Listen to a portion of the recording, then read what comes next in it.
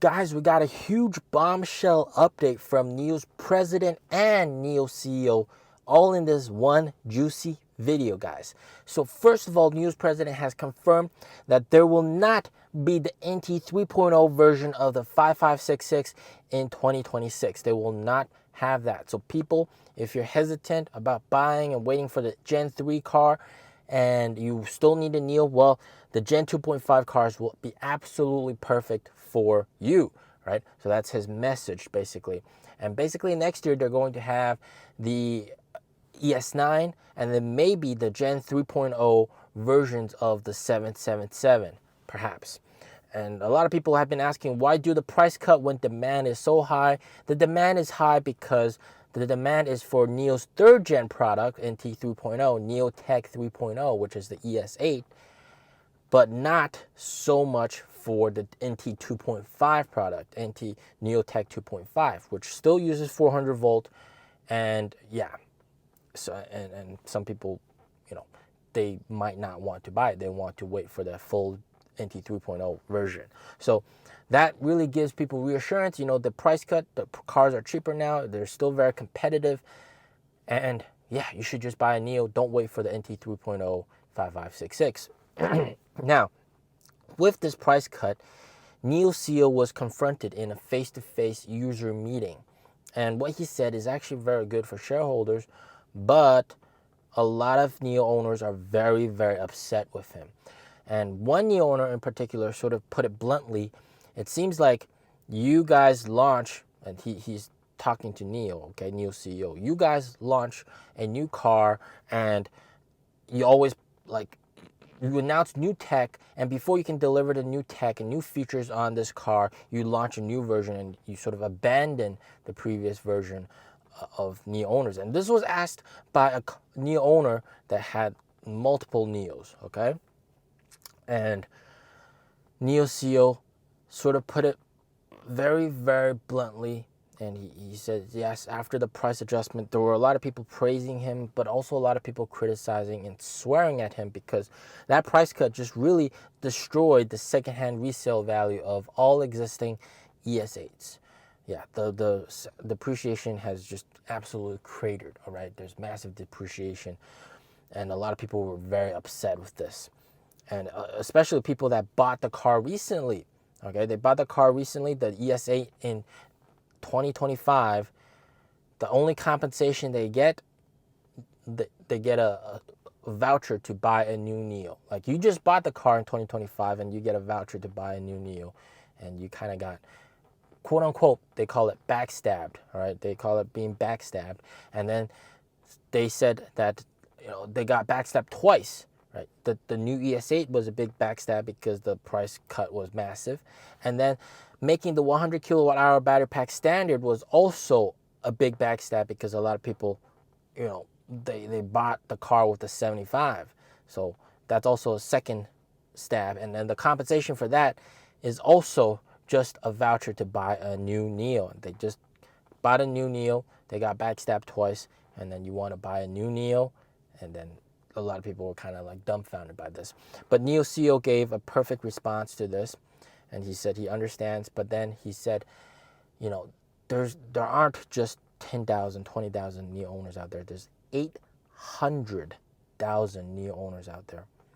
And if the company dies, there's going to be nobody to take care of them, right? You're not going to have any service. You're not going to have any parts. Your resale value of the car will absolutely go to zero. So survivability of the company is the most important aspect. You have to make sure the company survives. And he says, this is the most important thing. Okay. And I think this is very good for shareholders, right? They're prioritizing the company instead of owners, of car owners, right? And a lot of people can see this perspective and understand that. Like me included, I understand this. My car has depreciated already, like it's astronomical depreciation. If I sell my car right now, I can sell it for like maybe $9,000 US. That's it. Yeah, like nothing, man. That's like nothing. Considering the fact that I paid like $40,000 US for this car. Yeah, massive depreciation. But I'm already numb to it. All right, I'm already numb to it. And a lot of people sort of take NIO CEO's standpoint. Yes, survivability of the company is the most important. And then when it comes to sort of abandoning previous generation vehicles, he said the automobile market is so competitive right now at this juncture, right? And NIO actually isn't the car company that upgrades the cars the most frequently. We've seen Zeekr upgrade the cars 2 times in 1 year, right? So earlier this year, they had the 2023 version that was being sold, and then the 2024 version, and then they launched a 2025 version of the Zeekr 001, and it was just, what the hell, right? Absolutely crazy. 6 months, yeah, to upgrade from one version to the other. And NIO's upgrade cycle actually isn't that long compared to these competitors. So when it comes to competitiveness in the market, you either are cutthroat and you really put the tech forward, or you have to like cut prices. And they're sort of experiencing both. With the ES8, they have the best tech, best thing available. It's sort of like flipping the table on the competitors. And then on the other side, the 5566 vehicles, ET5, ET5T, EC6, ES6, these cars, you know, it's not exactly flipping the table anymore. And you have to like use and depend on these price cuts to make the cars more competitive. Now, NIO CEO also said when it comes to this price cut, they removed some of the incentives. For example, 0% interest, all right? The for the 5566, 140 battery swap vouchers. For the 777, you still get like 240 swap vouchers.